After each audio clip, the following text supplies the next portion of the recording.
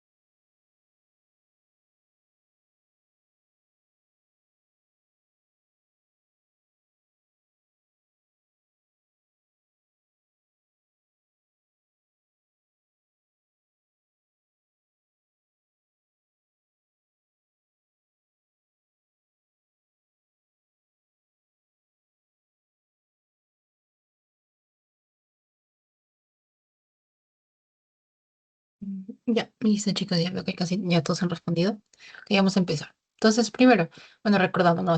Vamos a hablar de células del sistema nervioso, sinapsis, el sistema de regulación, el sistema nervioso autónomo. Y aquí tenemos el índice, también aquí al final la respectiva bibliografía. Correcto. Ahora, las células del sistema nervioso como tal son las distintas células que van a conformarlo, ¿no? ¿Y quién es nuestra unidad funcional aquí? La neurona. Es la unidad funcional del sistema nervioso. Está subdividida, es la que es la base de todo, ¿ok?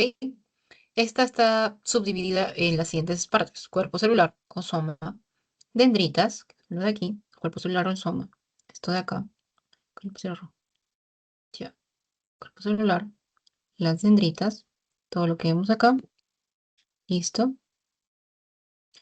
Y después aquí tenemos el axón, ¿ven? Que es esto de acá, y listo. Y los terminales presinápticos, ¿no?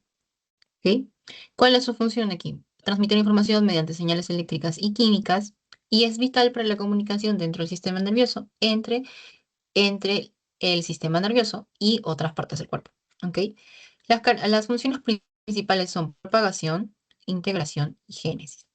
Las neuronas también tienen estas características, pueden ser bipolares, unipolares y multipolares. ¿Ok? ¿Cuál es la función de cada parte? En los cuerpos porque vamos a con el núcleo de la misma neurona, vamos a encontrar el retículo endoplasmático y vamos a encontrar el aparato de Golgi, que también está vinculado a la síntesis y procesión de las proteínas neuronales. Las dendritas, por otra parte, que es esto de acá, es la parte de aquí, estas son las que nacen del cuerpo celular, o sea, del soma, ¿no? Y son las que van a recibir la información, ¿no? Y contienen receptores para los neurotransmisores para que puedan ser liberados hacia las neuronas adyacentes. El axón, por otra parte, es la que se encarga de generar el potencial de acción. Eso recuerdo, lo potencial para poder enviar la información de neurona a neurona. Ya. Y este axón es único de cada neurona. Dependiendo del tipo de neurona, puede incluso llegar hasta medir a 1 metro. ¿Ok? Esto es lo que va a permitir la conducción como tal del potencial de acción. Eso también se le conoce como tiene una proyección especializada, que es lo que vamos a llamar como cono axónico. También va a generar lo que se conoce como el transporte exoplasmático, que va a ser un transporte rápido, el cual genera una rapidez de la comunicación de la información a través del axón, de forma continua, que tiene en este caso microtúbulos y microfilamentos, que se desplaza con rapidez. No, también tiene vesículas. Estas vesículas, por una parte, contienen proteínas y neurotransmisores que son sintetizados en el cuerpo celular. Este movimiento como tal se va a hacer de nuevo como transporte axoplasmático, ¿correcto? Ahora, los axones son los responsables de la conducción como tal. Entonces van a transmitir esta información, es como la autopista, es como la vía de la ruta, la pista, eso piénsalo así.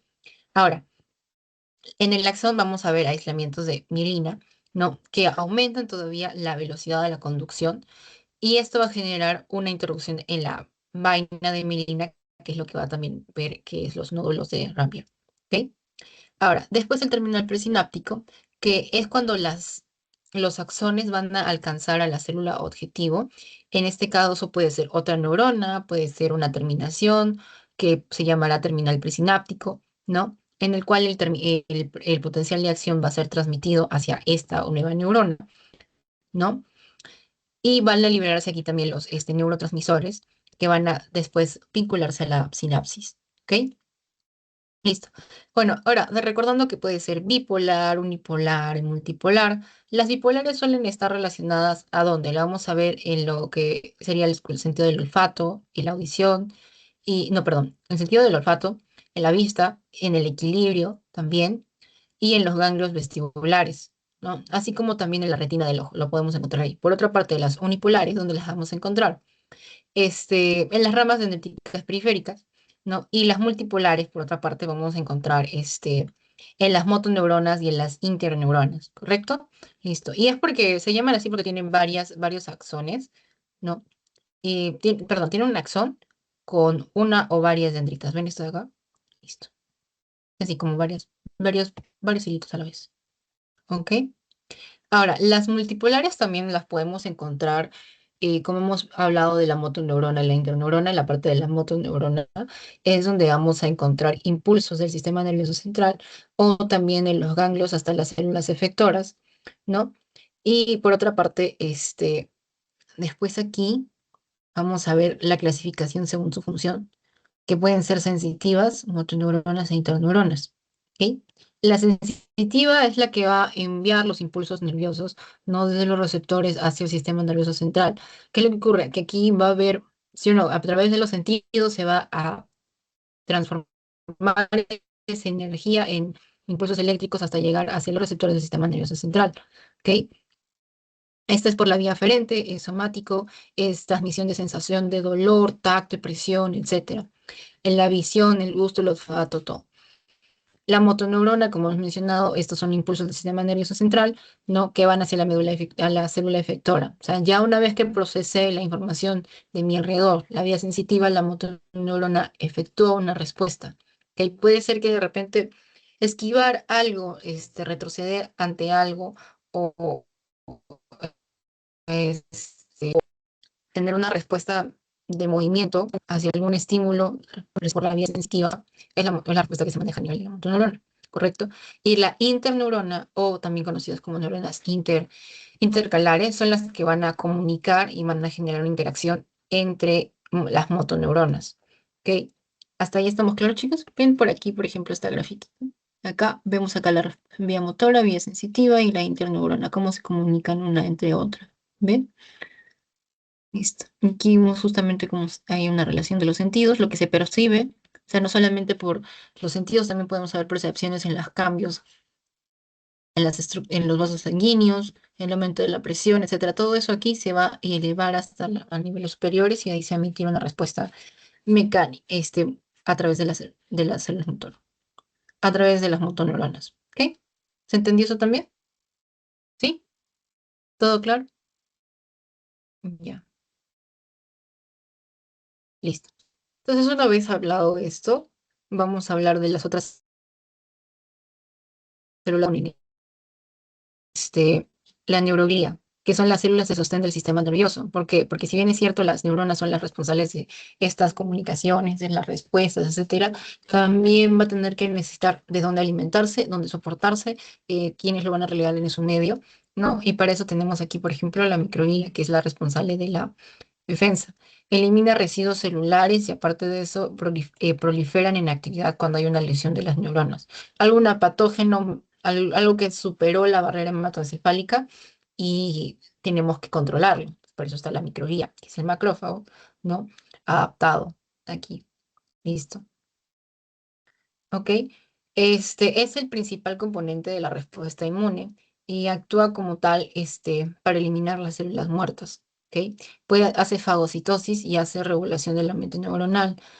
Fagocitosis, por lo que hemos mencionado, de una eliminación de las células muertas o de las células infectadas o enfermas. También, y también de materiales extraños, ¿no? Va a fagocitar lo que no es reconocido dentro del medio, ¿no?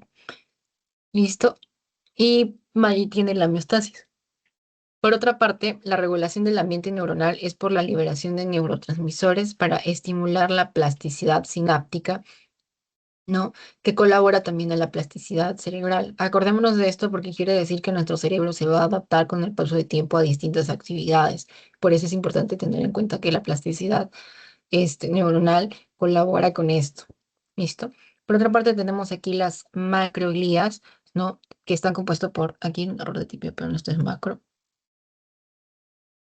es macro. Es una Ok. La macroglía son astrocitos, las células epidimarias, oligodendrocitos, células de Schwann y seguidilla radial. Estas son todas las de aquí. Estas células son las llamadas células gliales. ¿Correcto? La macroglía, por ejemplo, tenemos primero el astrocito. El astrocito, por una parte, es el encargado de metabolizar energía y modula el flujo de sangre y la supervivencia neuronal, lo que permite es que mantener una concentración adecuada de potasio también a este nivel.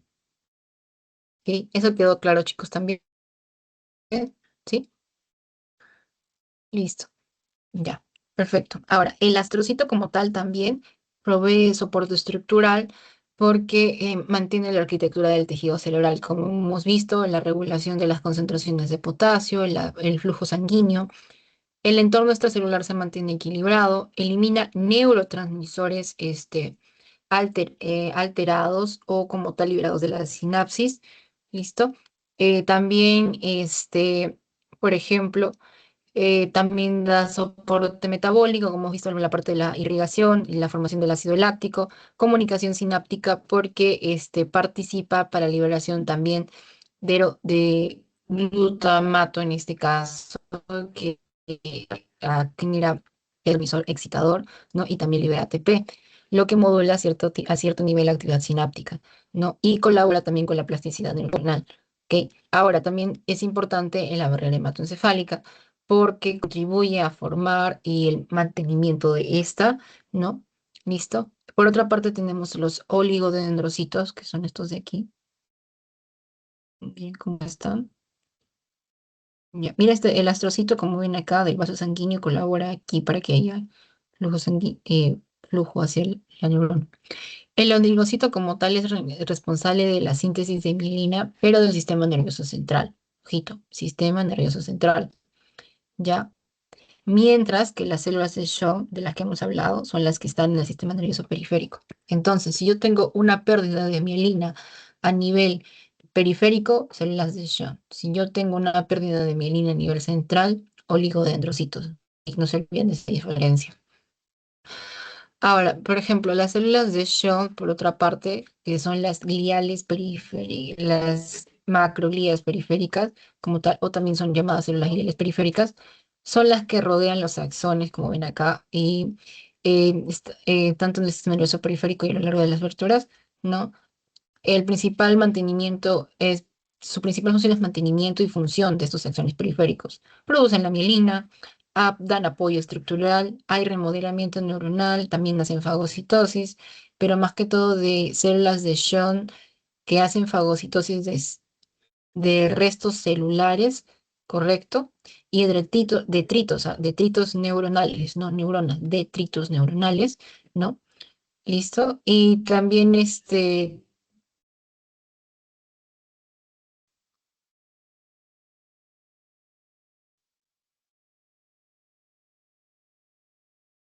¿hasta ahora, chicos? ¿Todo bien?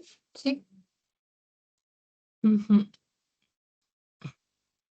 Ya, muy bien. Entonces, ya una vez hablado de las células involucradas, ok, vamos a hablar ahora, acá tenemos otra imagen, ¿no? Acá, mira que justamente aquí está la diferencia entre las células de Schwann, donde está cada quien, aquí está la vía radial también, ¿listo? El astrocito, cómo funciona aquí para poder dar soporte y producir y irrigar también. Listo, el oligodendrocito también, que es el mismo que la célula de Schwann, pero distinto, la microglía, etcétera.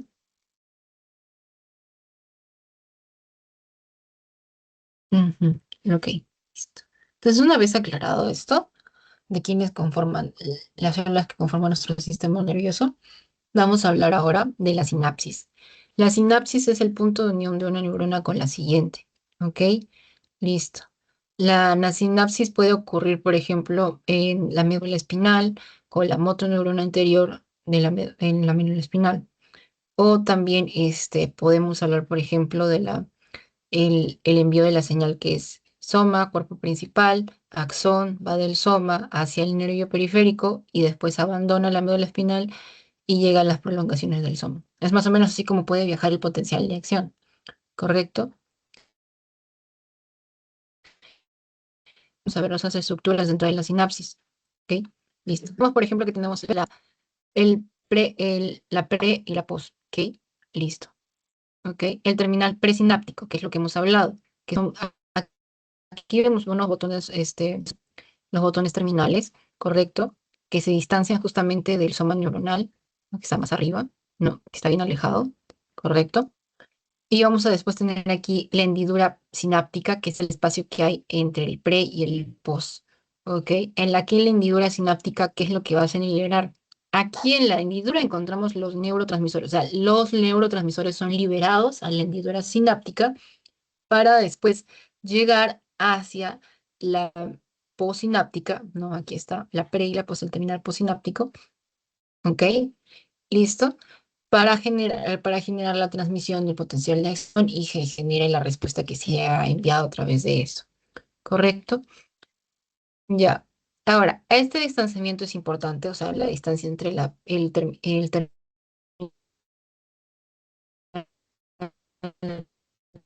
presináptico y el espacio para poder generar un intercambio, ¿correcto?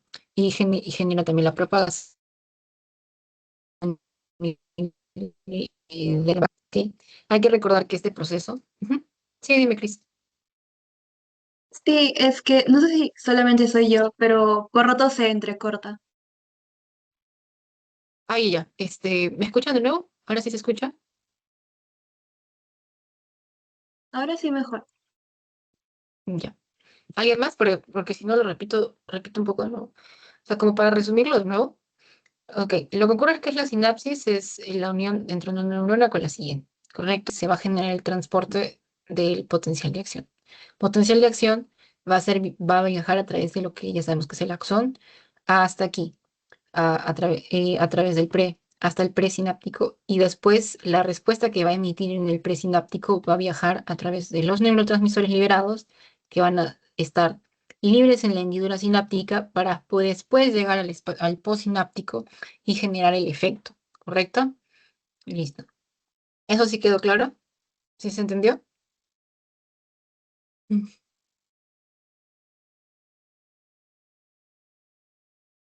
Ya, perfecto, chicos, muy bien.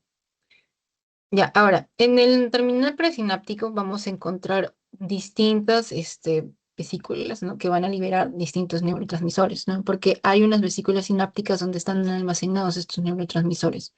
Va a haber aquí también un proceso de reciclaje, de que en el momento de que ya no sea necesario el neurotransmisor va a después volver a la hendidura y va a ser recaptado de nuevo en el terminal presináptico, para luego volver a ser usado, ¿ok?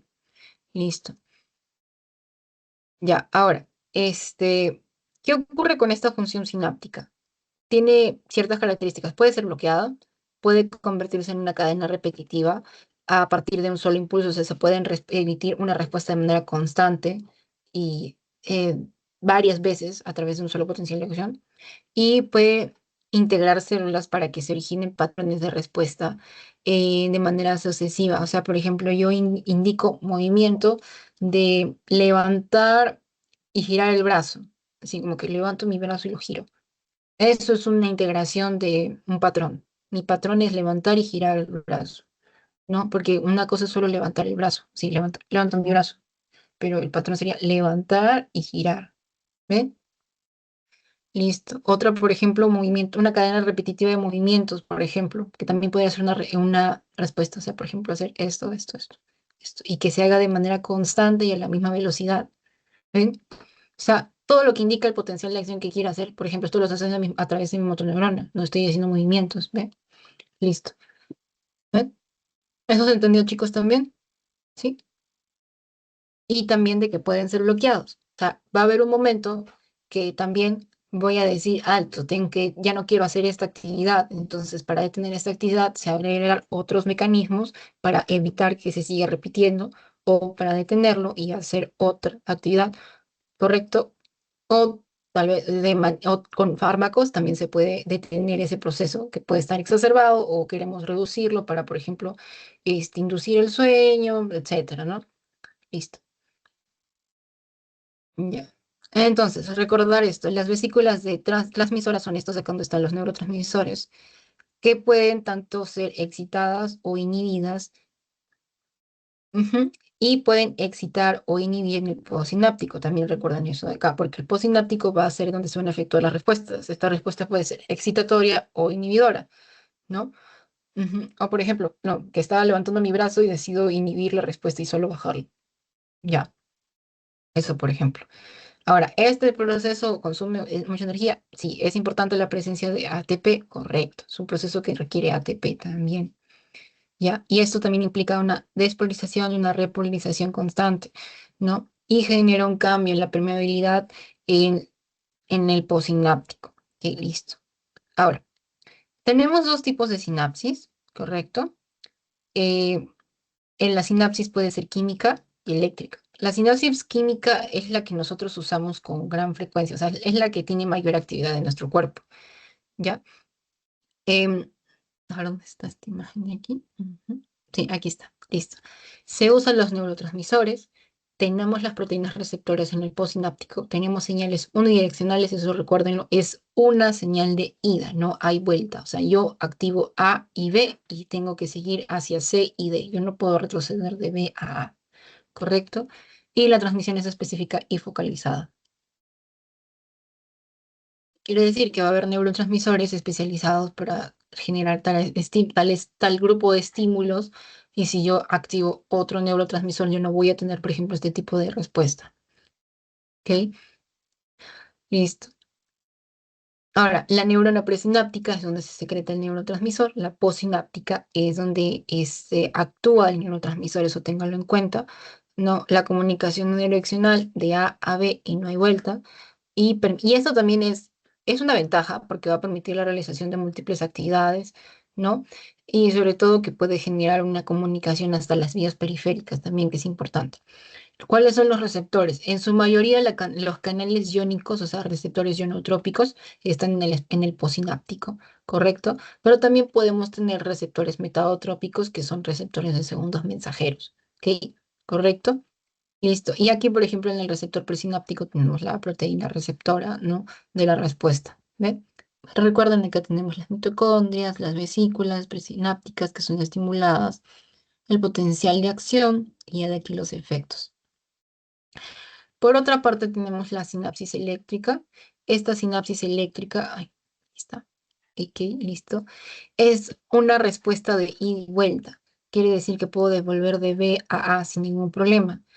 Estos dos tipos de sinapsis son excluyentes, cohabitan, o sea, existen en nuestro cuerpo, en cualquier parte, ¿no? O sea, me refiero que pueden estar cohabitando y produciéndose en este momento, que es, por ejemplo, estoy hablando, etcétera, y puede seguir ocurriendo una sinapsis química como una sinapsis eléctrica. Es bidireccional, aclaremos de eso, y hay una conexión justamente entre los canales iónicos, entre el presináptico y en el posináptico. Lo que vemos aquí que la hendidura sináptica está prácticamente reducida de 20 a 40 milidalton acá. Armstrong, aquí está, miren, está súper reducida, correcto. Y justamente acá también vemos el potencial lesio. Aquí vemos cómo está la gráfica del potencial, ¿ven? Están casi iguales, correcto. Esto que ocurre porque están conectadas por los canales iónicos, ¿no? Que son las uniones de hendidura, esto de acá. Y esto permite un libre movimiento entre iones, tanto del presináptico como el postsináptico. O sea, pueden viajar cloro, sodio, potasio, etcétera, de un lado a otro sin ningún problema, desde el interior de la célula hasta el interior de la siguiente. Y esto también permite que se transmita el potencial de acción, ¿correcto? Y justamente también colabora porque va a permitir tener actividades coordinadas, pero en este caso ocurre más que todo para tener una respuesta coordinada de una conexión de manera sincrónica, o sea, sincrónica de un grupo de neuronas, ¿correcto? ¿Dónde vamos a tener común? ¿Dónde queremos buscar respuestas sincrónicas? En el músculo liso, en el músculo cardíaco, ¿no? ¿Por qué? Porque en el músculo cardíaco que estamos en constante contracción, estamos en constante actividad, el corazón no se detiene. O puede hacerse más lento el proceso, recuerden eso, más rápido el proceso, pero no hay una pausa. Músculo liso también. Por ejemplo, el peristaltismo en el estómago es de manera constante. ¿Ven? También en los vasos sanguíneos también, etcétera. ¿No? Listo. ¿Eso se entendió también, chicos? ¿Está claro?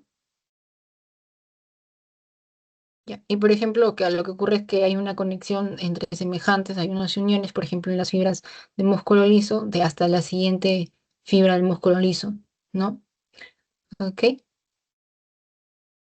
Listo. Ahora, tenemos aquí los siguientes eventos eléctricos, pero hasta acá todo claro, chicos, se está entendiendo lo que es sinapsis, las neuronas involucradas, cuál es la eléctrica y cuál es la química. Sí, perfecto.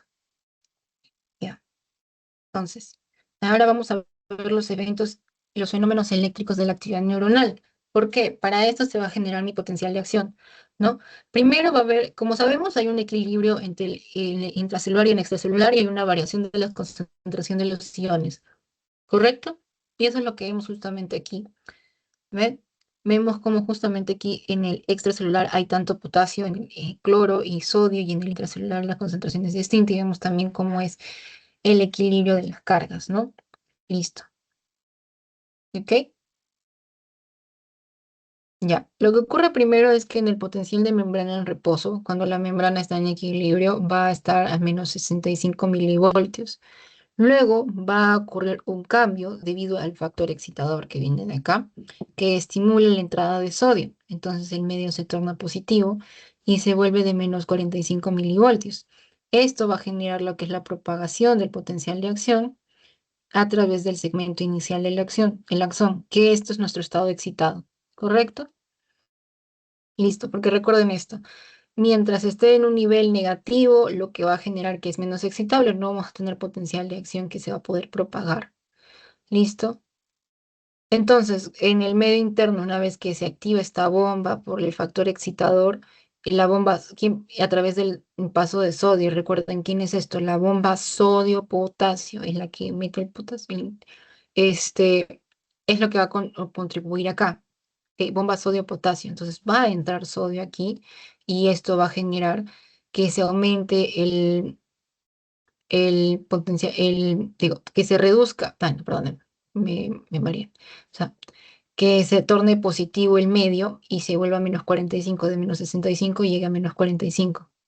Y lo voy a hacer como una curvita, ¿no? Lo que hemos visto, ¿no? Estaba acá, estamos acá, listo. Está en menos 65 y va a subir ahora,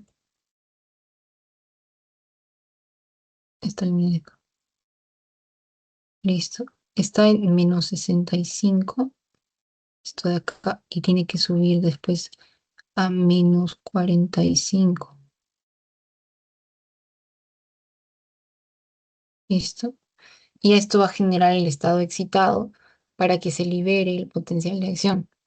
Luego de ello, obviamente que de ahí tenemos que retornar tenemos que repolarizar la célula, ¿no? Y para eso que va a abrirse la entrada de canales de cloro. Recuerden que el cloro es negativo, entonces esto después va a negativizar la célula otra vez, la repolariza hasta menos 70, ¿correcto? Y en menos 70 se va a encontrar un estado inhibido. ¿Ya? ¿Listo? ¿Hasta ahí se entendió eso, chicos? Ya. Ojo, estado de reposo no es igual a estado inhibido. Recuerden, cualquier estado, en cualquier punto de la neurona en estado inhibido, menos 65 milivoltios. Luego va a pasar al estado excitado, donde también en cualquier punto llega a menos 45 milivoltios, que va a generar la propagación, no del potencial de acción. ¿Ya? ¿Listo? Y esto va a ocurrir de forma simultánea hasta el otro terminal. Y mientras tanto, una vez se terminó de hacer esta propagación, ok, luego se va a bajar, va a volverse negativo de nuevo por la apertura de los canales de cloro, ¿no? Listo, para que el cloro entre y de ahí se torne negativo el punto. Ahora, incluso esto de aquí puede variar, menos 45 es lo acordado, pero incluso de menos 65 puede llegar hasta cargarse a más, le puede sumar más 30 más 40 milivoltios, en este caso si es más, hasta más 40 podría ser hasta menos 25 o menos 30 25 milivoltios, sí, listo. Luego de eso ocurre este descenso hasta menos 70, correcto, debido a la entrada de los iones cloro, ¿no? Y para ello después, para que se torne nuevamente positivo al punto de reposo, van a abrirse canales de potasio, ¿no? Listo, para que de nuevo se torne positivo y vuelva a su punto de reposo y de ahí sucesivamente hasta mientras enviamos los potenciales de acción. ¿Sí se entendió eso, chicos? ¿Todo bien?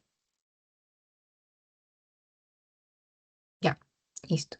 Ahora, ¿con qué velocidad va a ocurrir este proceso de envío de la información? ¿Qué tan rápido va a ser? Va a depender justamente de la neurona también, pero en el caso de las motoneuronas va a ser hasta 120 metros por segundo. Esa es la velocidad con la que va a viajar. En una neurona promedio es de 180, no, perdón, de 80 a 120 metros por segundo. ¿Listo? Y recuerden esto, si la desminimización también va a afectar esta velocidad. Por la desminimización puede ocurrir incluso una reducción de la velocidad de hasta en 20 metros por segundo, ¿no? Que va a generar que se reduzca también la transmisión de la información, ¿correcto? Ya. ¿Hasta ahí todo claro, chicos? ¿Sí se entendió? Ya, perfecto.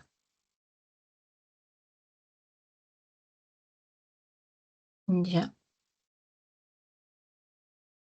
muy bien. Ahora vamos... Ah, no, estoy acá. Listo. Ahora, muy bien, una vez que ya hemos hablado de todo lo que hemos visto hasta ahorita, en su mayoría es el proceso que ocurre en la presináptica, ¿ok? Listo. En el presináptico, lo que va a ocurrir... Sí, esto de acá se murió. Ya, listo. Lo que va a ocurrir aquí es que acá justamente llega el potencial de acción. Ahora, el potencial de acción ya llegó al terminal presináptico. Y yo para poder liberar mi neurotransmisor voy a necesitar esta carga. Entonces, voy a activar los canales de calcio, ¿ok? En en los terminales presinápticos hay una abundante presencia de canales de calcio, que es lo que va a ocurrir, que al abrirse debido al aumento de este voltaje por la presencia del potencial de acción, va a ocurrir este cambio y los canales de calcio se aperturan. Estos canales de calcio van a permitir el pase del ion calcio y este entra, ¿no? Lo que llega al terminal presináptico y se va a citar después en una molécula en la cara interna del terminal presináptico, que serían los puntos de liberación. Estos puntos de liberación van a generar apertura de las vesículas, aquí está, de las vesículas sinápticas, para que se ocurran la liberación de los neurotransmisores, ¿no? Hacia la hendidura presináptica, ¿no? Ahora, de nuevo, el efecto dentro de la positiva es que justamente se activen los que son ionotrópicos o metabotrópicos. Ok, estas proteínas receptoras de los neurotransmisores se caracterizan porque tienen un componente de unión y un componente intracelular. El componente de unión es el que está en el espacio, en la hendidura sináptica, ¿listo? Y el componente, que está justamente aquí en el postsináptico, ¿no? De acá. Y el componente intracelular, que es lo que atraviesa la membrana postsináptica, ¿correcto? Y que va hacia el interior de la neurona postsináptica para después generar las respuestas, que pueden ser distintas. Eh, entonces, al haber una actividad de estos receptores y la apertura de los canales iónicos, que vamos a tener una formación de actividad de los canales iónicos tanto directa como por segundos mensajeros. ¿Sí? Listo. Esto permite el pase de iones específicos, o sea, esto es una característica, especificidad también, ¿no? Para determinar, generalmente hablamos de sodio, calcio, potasio, cloro, etcétera, ¿no? Y esto va a generar después también otro efecto, el de segundos mensajeros. El de segundos mensajeros, por otra parte, es también a través de un canal iónico que activa una sustancia o más, este, en la neurona postsináptica, correcto, y que va a aumentar o disminuir su función dependiendo de lo que se haya liberado de neurotransmisor. Y ya y justamente también que activan los canales, ¿no? Iónicos son receptores ionotrópicos o metabotrópicos, recordemos eso, ¿no? Listo. ¿Eso está claro, chicos, también? Sí. Componente de unión, la activación directa y la los mensajes. Activación directa es que el neurotransmisor llegó al receptor ionotrópico, pum, se apertura el canal y listo. Ahora, las de segundos mensajeros es que el neurotransmisor llegó hacia este receptor metabotrópico y la respuesta desencadenada por receptor metabotrópico es la activación de un canal iónico. ¿Ven? Listo. ¿Se entendió eso? ¿Sí? ¿Todo bien? ¿Hasta ahí? Sí. Ya. Ahora, estos canales iónicos pueden ser catiónicos o aniónicos, como hemos hablado con anterioridad. Los catiónicos que dejan pasar el sodio y que también tienen una función para regular el calcio y el potasio. Los aniónicos, por otra parte, son los que encárganse del cloro y de otros aniones en pequeñas cantidades, ¿no? Pero sobre todo el cloro, sí hay que recordarlo. La selectividad es justamente esto, que solamente dejan pasar un ion específico, ¿no? Ahora, una característica también importante es recordar que los canales catiónicos tienen una carga negativa y eso atrae y repele iones, cloruro y o también otros aniones, ¿correcto? Ya. En este caso, los excitadores por su propia carga son los iones sodio, el ion potasio, etcétera, y los inhibidores vendrían a ser el ion cloro, ¿ok? Listo. Entonces hay neurotransmisores que pueden estimular la apertura de canales de cloro, ¿no? o el cierre de canales de potasio o de sodio, que es lo que va a tornar a la célula, va a dejar de estimularse la entrada de estos y la célula se puede tornar negativa, ¿no? O sea, en el postsináptico, porque yo envío un neurotransmisor que me cierra sodio y potasio y permite solamente la entrada de cloro. Entonces aquí torna negativamente la célula, digo el postsináptico, ¿ven?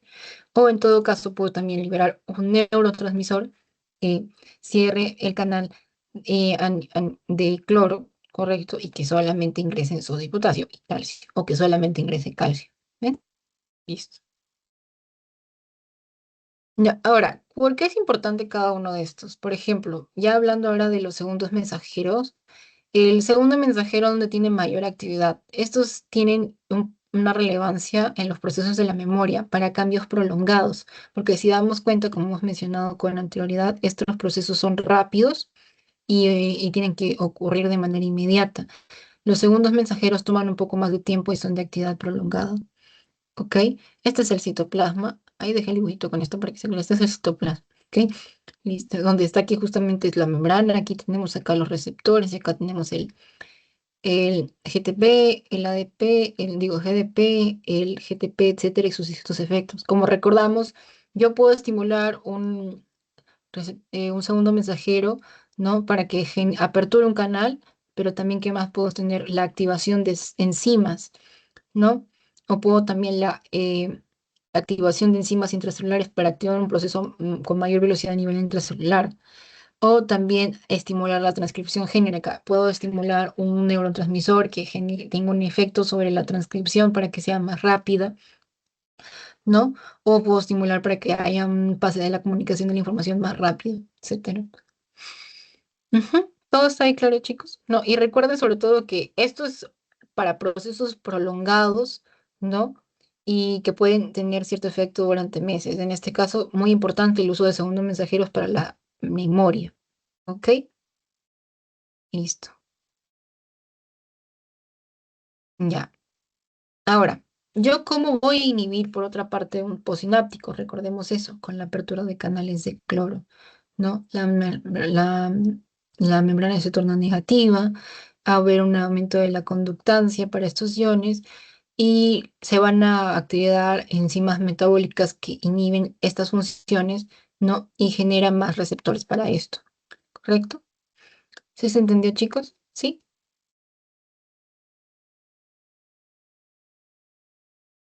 Ya, esto de acá, por ejemplo, es lo que recuerdan de los que hacíamos en las primeras semanas, ¿no? Sobre los segundos mensajeros y cómo funcionan las proteínas G, ¿no? Y la proteína G puede tener tan distintos efectos dependiendo de qué segundo mensajero estamos hablando, ¿no?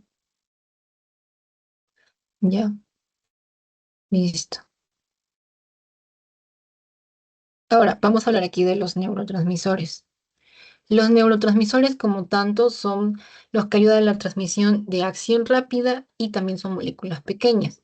Estos producen respuestas inmediatas en el sistema nervioso y pueden tener efectos prolongados también, ¿no?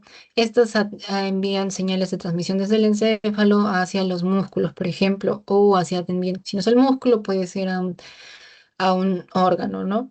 Etcétera. Tenemos las clasificaciones, ¿no? Que puede ser clase uno, clase 2, clase 3, clase 4. La clase uno son la acetilcolina, la clase 2 son las aminas, noradreno, dopa, cero, melato y histamina, ¿no? Todos terminan en ina, para acordarse, ¿ok?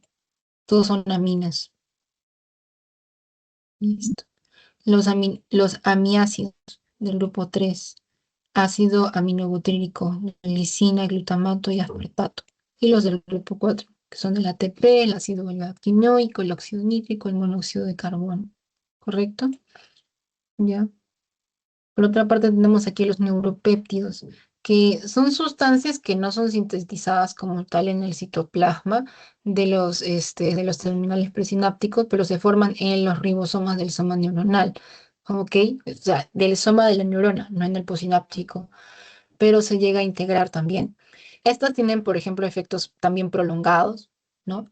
Pero en este caso, por ejemplo, estos neurotransmisores tienen efectos rápidos y para modular respuestas rápidas, y esto por otra parte tiene efectos a largo plazo, como les mencioné. Estos, por ejemplo, pueden tener acción más lenta y pero tener efectos más prolongados.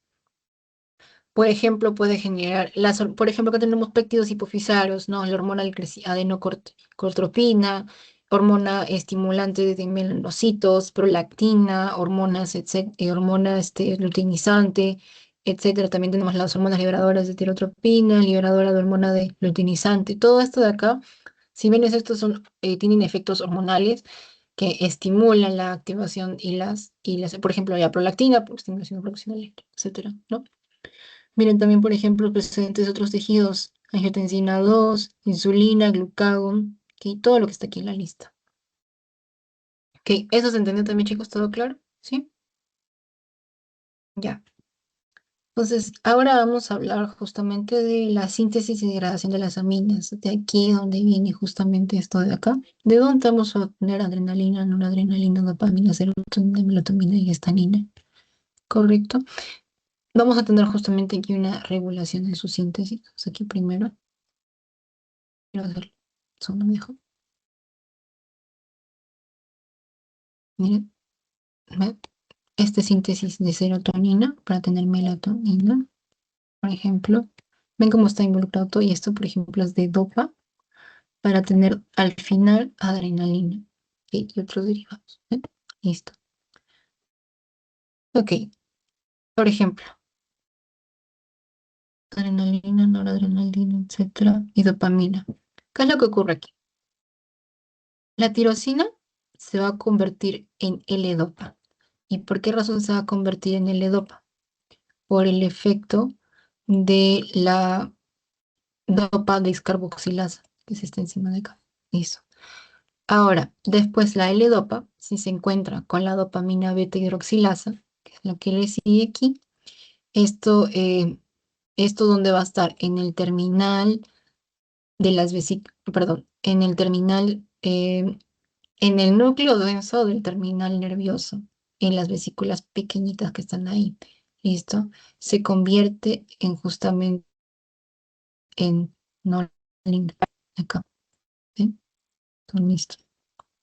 Ya, en cambio, si se encuentra con feniletlamina en metiltransferasa, por otra parte, vamos a tener noradrenalina que se va a metabolizar hacia tener adrenalina. ¿Entendido eso de acá? O sea, primero, el original es aquí, la tirosina. Si yo no tengo tirosina, yo no puedo producir ni dopamina, ni noradrenalina, ni adrenalina. ¿Correcto? Listo. Y ven acá como justamente aquí la enzima, ta, ta, ta, L-dopa, de L-dopa, dopamina. Y de dopamina después vamos a pasar aquí a noradrenalina. Y de noradrenalina vamos a pasar a adrenalina. ¿Correcto? Ujú, ¿se entendió eso, chicos? Sí. Ya, listo. Y luego acá. En este caso, por ejemplo, para yo poder tener serotonina, voy a necesitar como base triptófano. El triptófano va a pasar después a relacionarse con el triptófano hidroxilasa y voy a tener 5-hidroxitriptófano. Y la I5-hidroxitriptófano descarboxilasa, porque la va a descarboxilar, o sea, ¿ve? Va a darnos serotonina. Y para que la serotonina vaya a darnos melatonina, tiene que ir a la glándula pineal. De lo contrario, puede ser recaptada en el nervio terminal y se queda ahí. O si la degrado, más todavía, actúa el MAO con aldehído deshidrogenasa y tengo ácido 5-hidroxiloacetil, hidróxido lacético. Disculpe la pronunciación. ¿Ok? Ahí no. Le cambié la vista. Siguen viendo las diapositivas normal, ¿no? Sí. Ya, se movió. Perfecto. Ay, sí, porque por un momento se puso todo viñetitas. Dije, ¿qué? Ya. Entonces, de ahí es donde se originan cada uno de ellos. O sea, si yo no tengo triptófano, yo no puedo pensar en tener serotonina o melatonina. Correcto. Y esto que la serotonina tiene que ir a la glándula pineal para poder tornarse melatonina. Si no, no va a cumplir su efecto. Y lo mismo acá. Si yo no tengo tirosina, si mis niveles de tirosina son inadecuados, no voy a poder generar ni dopamina, ni noradrenalina, ni etcétera, ni lo demás. ¿Correcto? Ok, esa es la cadena de la producción. Y ahora, ¿cómo se van a regular? A través de estos sistemas de regulación, que son sistemas neurohormonales paraminabiógenos. ¿Ok? Vemos acá de dónde se regula la noradrenalina, la dopa y la serotonina. ¿Ok? Como hemos visto, una proviene de otra, ¿no? Pero para eso hay que encontrar primero que, en este caso, las diferencias que la noradrenalina es una hormona excitadora que va a estar relacionada justo aquí, en la producción, estimulada por la producción del locus cerúleo. ¿Y dónde va a actuar? A lo largo del encéfalo, como vemos acá. ¿Ve? Del tronco del encéfalo, miren cómo viaja hacia aquí. Cambio, por otra parte, la dopamina, que es excitador en algunas zonas, pero inhibidor en otras zonas, tómenlo en cuenta. ¿Dónde va a ser producido? En los ganglios basales. ¿Y dónde va a actuar? A nivel del mesencéfalo y hacia el núcleo caudado y el putamen. ¿Ven? Es ahí donde son los lugares donde vamos a encontrarlos circulando. O sea, los ganglios basales van a estimular la producción de dopa. Y ya si deseo formar noradrenalina, o sea, convertir la dopa en noradrenalina, tengo que estimular la acción del locus cerúleo. ¿Correcto?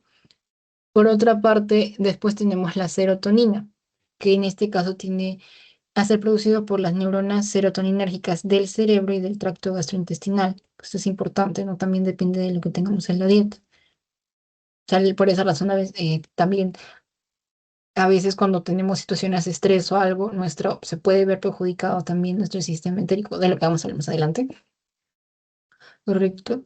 Lo del sistema nervioso autónomo, y en este caso es una respuesta inhibidora. En el núcleo de RAF es donde se va a producir ese inhibidor y tiene como tal efectos en donde, a lo largo de los núcleos de la línea media, como se cabe. Listo. Se ven acá el corte. Bueno, vemos, esto es el tronco, este es el cerebelo y acá está el cerebro. ¿Ven? Y acá más o menos vemos la extensión hacia dónde va. Llega hasta la corteza. Aquí solamente llega hasta la corteza singular, por ejemplo, y aquí sí llega hasta la corteza cerebral. ¿Ven? Y puede viajar también hacia el tronco. ¿Ven? En cambio, la dopamina no tiene tanta afinidad acá como por aquí. ¿Sí se está entendiendo eso también, chicos? Sí. Ujú.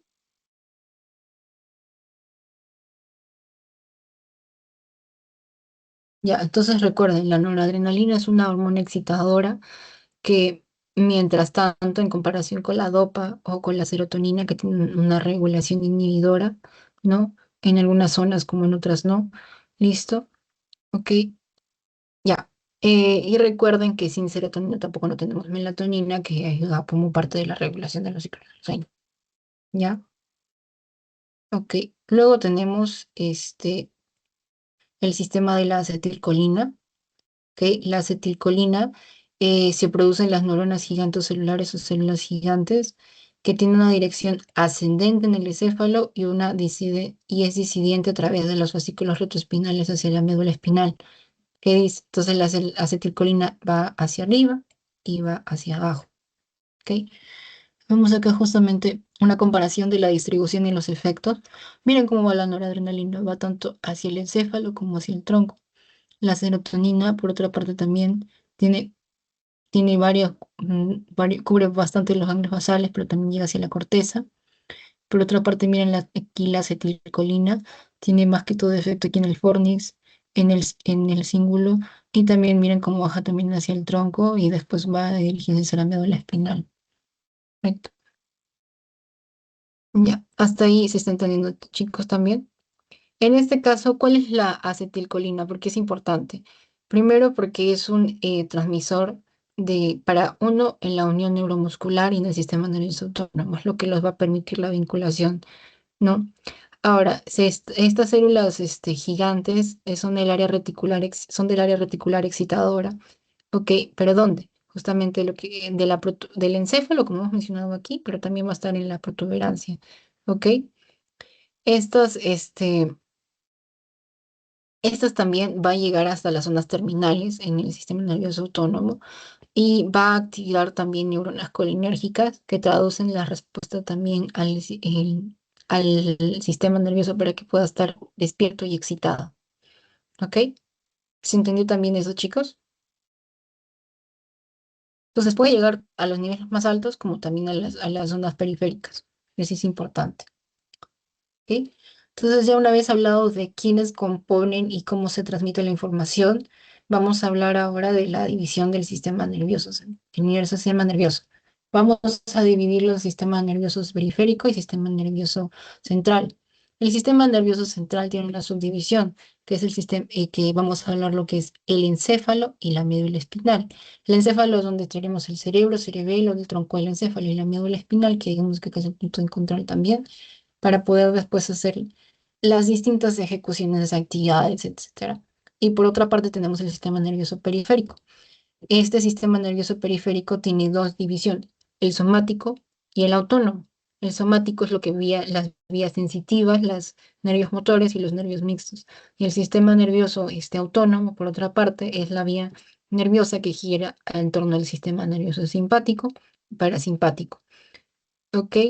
Esto está situado en diferentes locaciones. O sea, vamos a tener la apertura desde fibras que nacen en distintos lugares para el sistema nervioso simpático y parasimpático. Aquí vamos a ver una clasificación más. ¿Ven? El autónomo justamente está el sistema simpático y parasimpático. Aquí está. Y tenemos ganglios y nervios. Y discúlpenme, está dando un sueño. Y el sistema nervioso somático, por otra parte, que es lo que vemos acá a través de los sentidos, todo lo demás. Y aquí vemos justamente ya lo que compone el sistema nervioso simpático, de dónde nace y hacia dónde se distribuye y cómo se distribuye, ¿correcto? Las fibras van a nacer, las fibras simpáticas, chicos, van a nacer de T1 a L2, que son segmentos medulares y pasan por la cadena simpática. Y es una cadena simpática, después tienes tejido y de ahí órgano, ¿ok? Cadena simpática, tejido y órgano, ¿correcto, chicos? Existen una distribución, por ejemplo, en T1 tenemos los que ascienden por la cadena simpática para acabar en la cabeza, esa es la cadena simpática.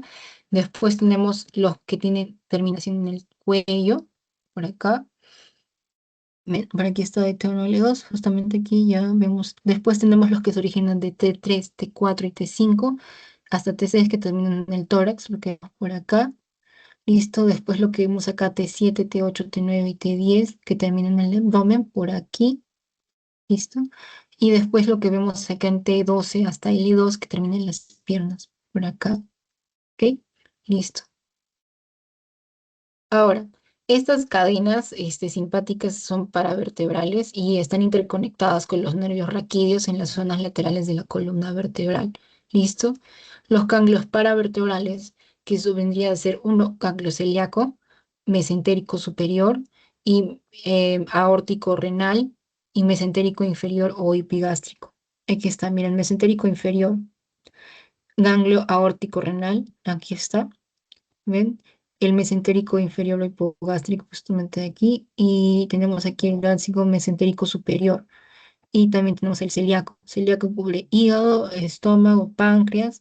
El ganglio mesentérico superior son los intestinos, el colon y el intestino delgado, ¿no? El ganglio aórtico renal, vamos acá por ejemplo el riñón. El mesentérico inferior, lo que vendría a ser ya después el esfínter anal, también el segmento de colon terminal, ¿no? Y fíjense que acá es distinto a los que se extienden hacia los otros órganos que están relacionados ya por aquí en la pelvis, que tenemos aquí en la vejiga, al útero y el sistema reproductor masculino, que son otra línea, ¿ven? Pero estas son las principales. Vemos aquí también en la gráfica, que hay una diferencia, vamos a ver una diferencia por los colores también para que se den cuenta, ¿ven? Neurona preganglionar, es esto que vamos a ver de rojito, y postganglionar, o sea, después de haber llegado a nada y se desvía y genera otra ruta, es esto, lo rojo, lo negro, ¿ven? Esta es la cadena y esto es la neurona preganglionar que llega acá hasta el ganglio y del ganglio va para otra, que es la postganglionar, ¿correcto? ¿Ven? Aquí está igualito. Ganglio, pre, aquí está pre, ganglio ciliaco, pos, pre, ganglio, pos, pre, ganglio, pos. ¿Ven? Listo. ¿Eso se entendió, chicos? ¿Sí?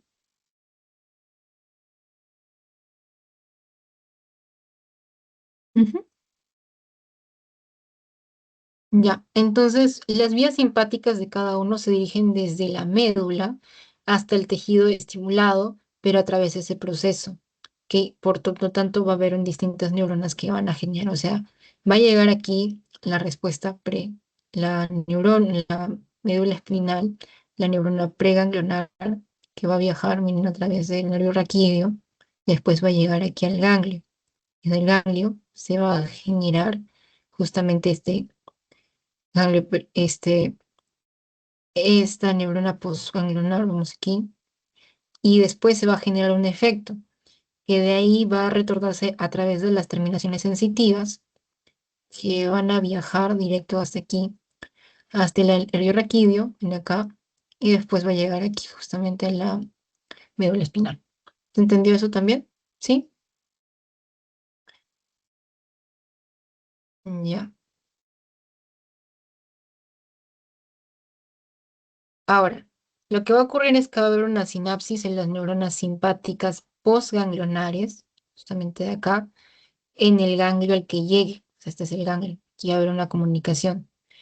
Va a haber puede ascender o descender por la cadena sináptica en cualquiera de los otros ganglios que la formen. Y aparte de eso, se va a correr una distancia variable, claro que sí, porque dependiendo de los ganglios y las cadenas simpáticas que se formen. ¿Correcto? Entonces, por esa razón tenemos que recordar esto. La neurona postganglionar se origina en el ganglio. ¿Ok? Listo. Ya. A ver, vamos a pasar. Ahora vamos a ver lo que ocurre por otra parte en el sistema nervioso parasimpático.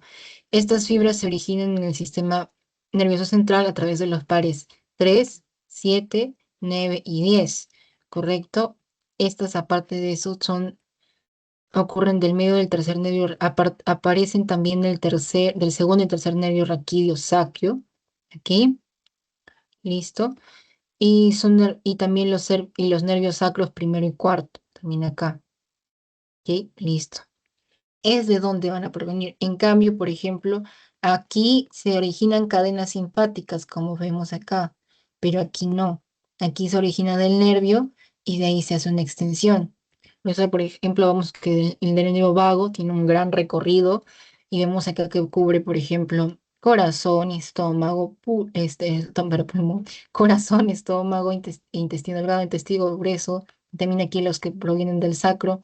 Vamos a ver que llegan a los órganos que están en la pelvis, ¿no? Vejiga, útero, los órganos reproductores masculinos, femeninos, sino también aquí, por ejemplo, que llega a través de los ojos, a lo largo de la cara, etcétera.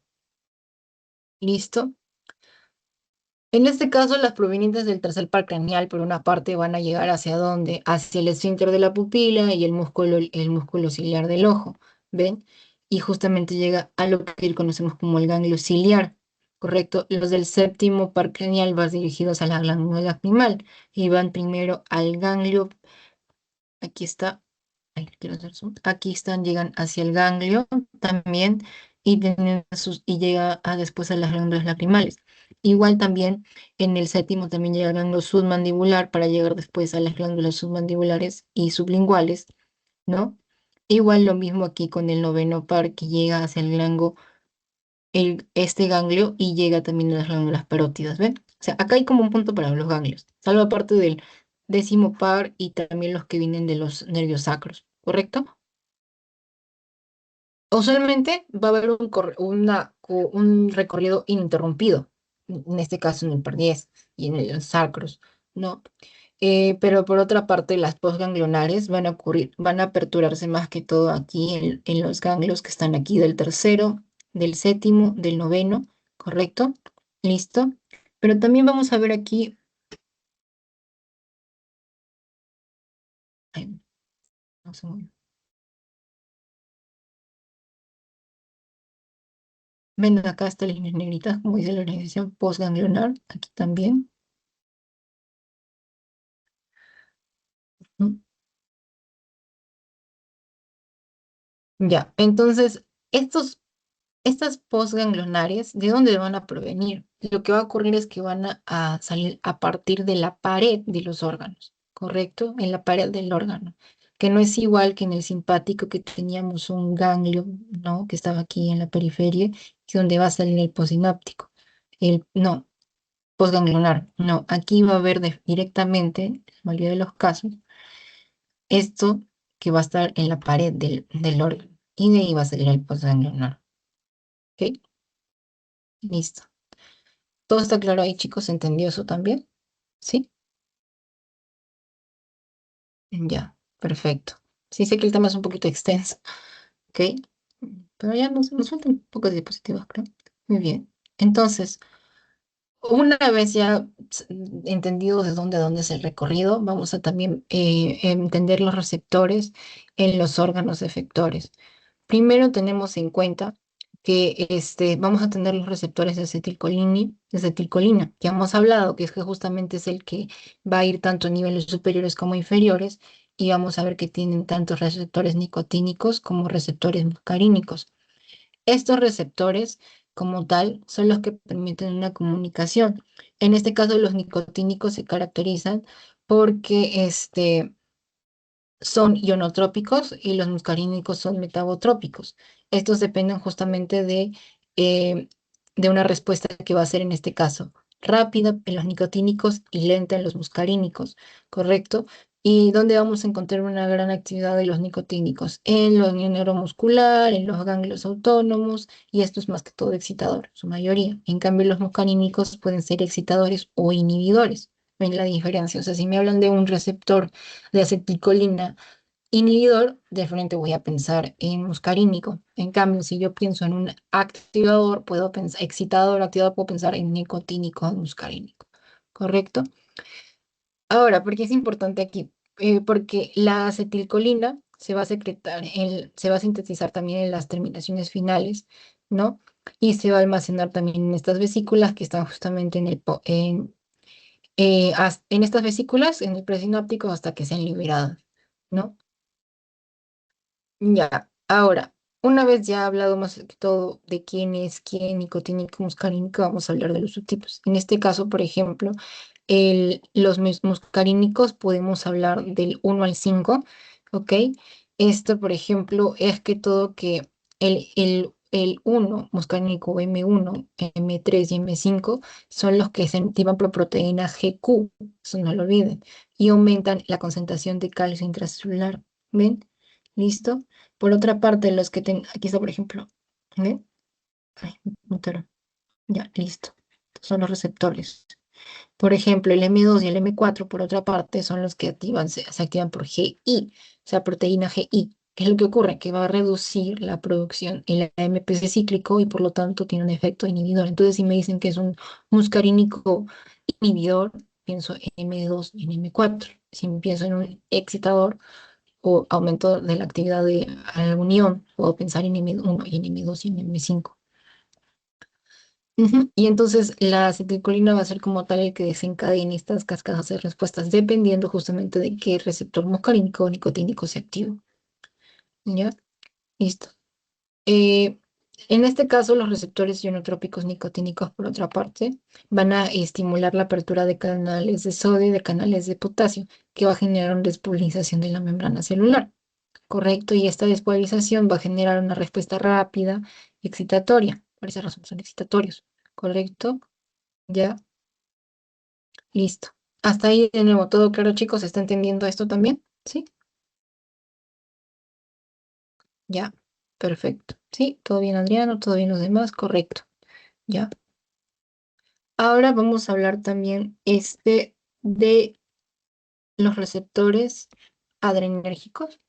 Estos receptores adrenérgicos son los que tienen distintos efectos que están también acoplados a proteína G, ¿no? En este caso responden a noradrenalina y adrenalina, que pueden ser tanto respuestas manejadas al estrés como no.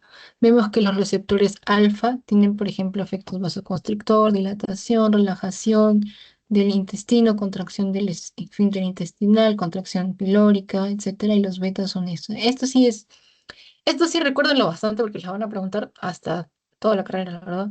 ¿Ok? y tienen efectos, van a servir para farmacología, para fisiología, etcétera, cualquiera de los casos, ¿no? Ahora, dependiendo del estímulo, si puede ser simpático o parasimpático, vamos a tener respuestas. Por ejemplo, si yo tengo en la pupila, por ejemplo, tengo dilatación o contracción de la pupila, vamos a ver que puede ser distinto. Simpático es dilatación, parasimpático es contracción. Y así sucesivamente vamos a ver esta diferencia. Por ejemplo, en las glándulas distintas, nasal, lacrimal, parótidos maxilar, etcétera, tengo vasoconstricción y libera secreción, es la respuesta simpática. ¿Ve? Y la respuesta parasimpática, por otra parte, es el estímulo de secreción abundante, secreción ligera. ¿Ve? Listo. ¿Ve? Igual, por ejemplo, aquí, lo que ocurre en la simpática. Ritmo del nódulo sinusal, aumentado de la frecuencia, disminución de la frecuencia. Aquí, por ejemplo, comparo. Que es aceleración cardíaca beta 2. Entonces, si yo tengo una respuesta simpática, voy a aumentar la respuesta, la frecuencia cardíaca, ¿no? En cambio, si yo tengo una respuesta parasimpática, voy a disminuir la frecuencia cardíaca y tendría que inhibir beta 2, por ejemplo, ¿ve? O estimularlo, ¿ve? Dependiendo de lo que yo quiera generar, ¿ok? Listo. Igual acá también con los músculos, la piel, la sangre, etcétera. No, acuérdense bastante de estos de aquí. La respuesta simpática para el corazón, pulmones, del tubo digestivo, hígado, sobre todo de acá a acá. O sea, no digo que no se aprendan los demás, digo que estos son los más importantes. Y también aquí del ojo y de las glándulas, porque se les puede impresionar de repente que un paciente tiene excesiva secreción de saliva o excesiva secreción de moco, quienes pueden estar vinculados, ¿no? Quienes pueden estar vinculados como no, etcétera.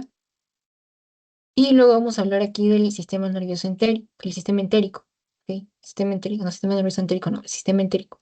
Este es el que dirige todas las funciones del tracto gastrointestinal y está y puede manejarse incluso en la ausencia de la inervación extrínseca, ¿ok? ¿Qué es lo que ocurre? Como hemos visto, hay plexos, el plexo entérico superior, inferior, etcétera, pero también va a haber un plexo en la submucosa y que va a generar justamente la actividad contráctil, secretora, y la actividad endocrina también a nivel del tubo, del tracto gastrointestinal, o sea, del tubo digestivo. Entonces, ven todo esto de acá, vemos cómo justamente coordinan las respuestas. Por esa razón, entendemos es lo que afecta también en mi mente, puede también afectarse en mi sistema digestivo, ¿no? O sea, hay muchos estudios que corroboran eso también, que nuestro estado de ánimo, que la producción en este caso de distintos neurotransmisores también puede verse afectado a través del sistema entérico, ¿no?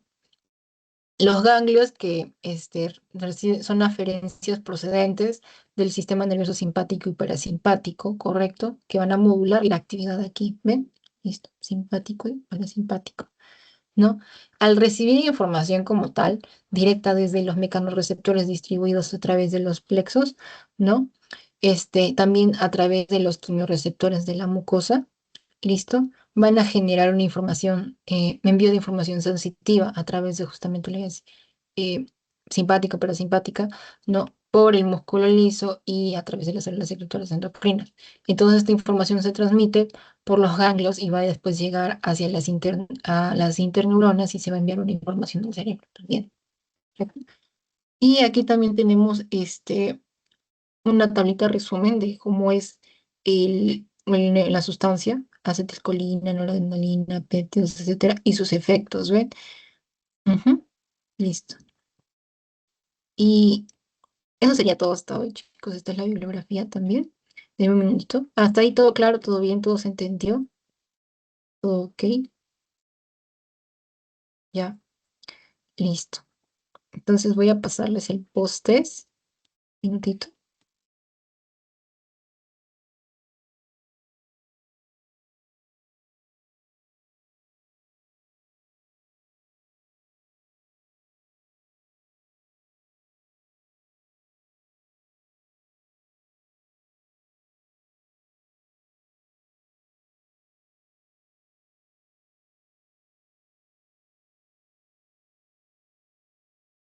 Ya, está en el chat. Recuerden, tienen 15 minutos también para poder resolverlo. ¿Ok?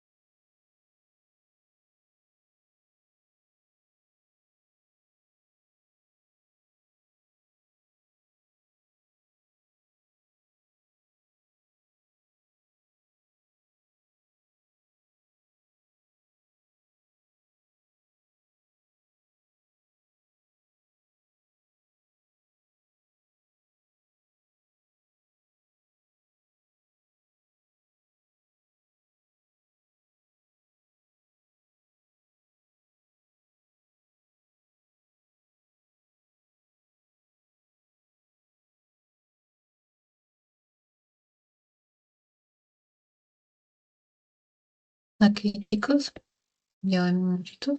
No, ahí, me han respondido bien rápido. Ya, voy a compartirles el post-test. A ver.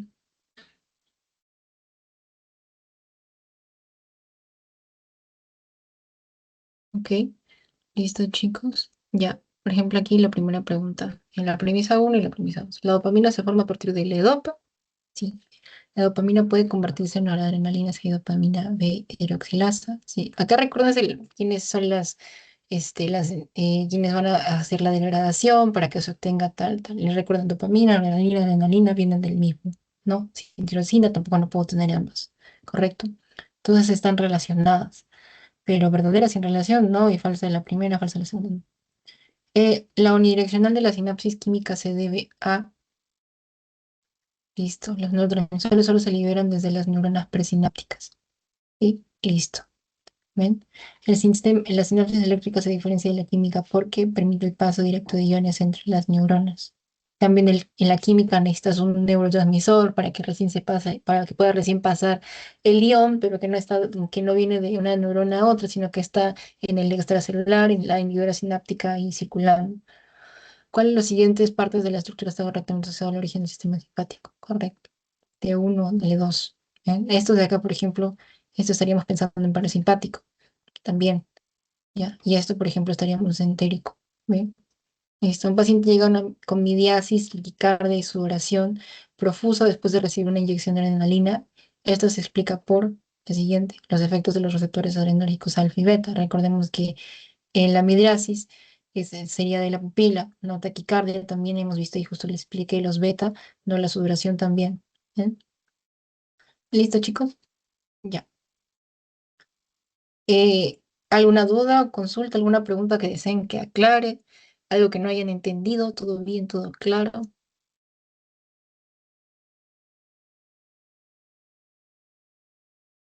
¿No? Perfecto, ¿todo se entendió? ¿Sí? Ya, ok, chicos. Entonces, nada, esto sería todo por hoy. Muchas gracias por su tiempo, ok, y ya nos estaremos viendo en la siguiente clase, ok. Hasta luego. Hasta luego, Muchas gracias. gracias, hasta luego. Hasta luego. Gracias.